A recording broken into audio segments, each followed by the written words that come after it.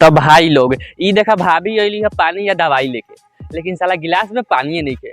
कोई सेंस है इस बात की? तो भाई लोग ना देख लो, ई देखो। तो भाई लोग देख ले लो। तो एगो बात बताओ, जब गिलास में पानी है ही नहीं के तो ई दवाई खा के पीहे कौन चीज? ग्रेड खोली चाचा के मुंह। बड़ा हरामी हो बेटा। वैसे भाई लोग ये एगो एक्सपीरियंस बा, भैंसी के गाड़ में हाथ डाल के सीधे गोबर निकाले के। समझ रहे हो? समझ रहे हो? और वो गोबर के चिपरी पाथी के।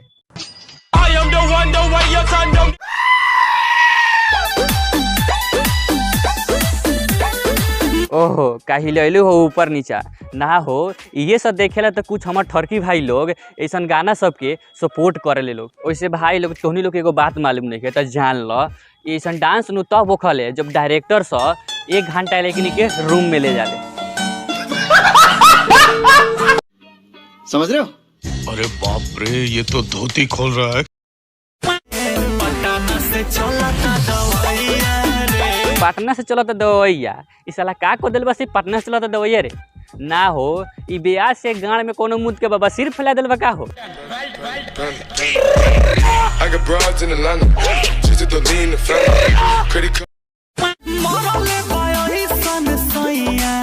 अच्छा सोइया मर ले बा, लेकिन ई पटने से ही कहा चलो तो दवैया ना। भाई लोग हमारा गांव में लू बड़का बड़का दर्द हमारा गांव के झोरा छाप डॉक्टर ठीक कर देवला। इनको क्या ही पता है कैसे कैसे लोग रहते हैं यार यहाँ पर।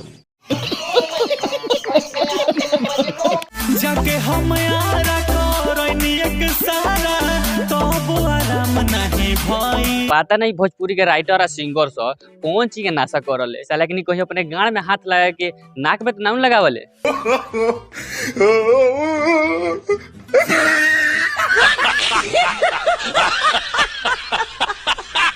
काहे कि बिहार में नु दारू बंद बा ना। भाई लोग अब तोहनी बताओ, इस साला एक सारा करैला से दर्द कैसे आराम हो जाई? कैसे कैसे लोग रहते हैं यार यहाँ पर। चला जा भोसड़ी के।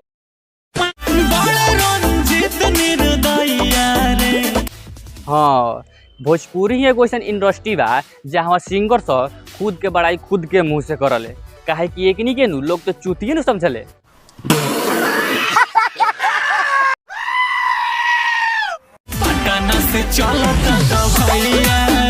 से बंदर साला खाली जंगल में ही कहे रहिता, कहीं दलाल उलाल तो नहीं के नु। वैसे भैया ई जे तू ऐसे उंगलिया कइल हनु ओके संभाल के रख, ना तो उहे उंगलिया तोरा गाना में डाल देम, बस दिलिये से दवाइया करते रह जेब।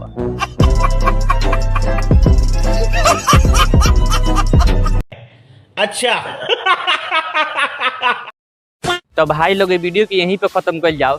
अगर वीडियो अच्छा लागल हो तो प्लीज सब्सक्राइब कर लो, अगर ना भी लागल हो फिर भी सब्सक्राइब कर लो।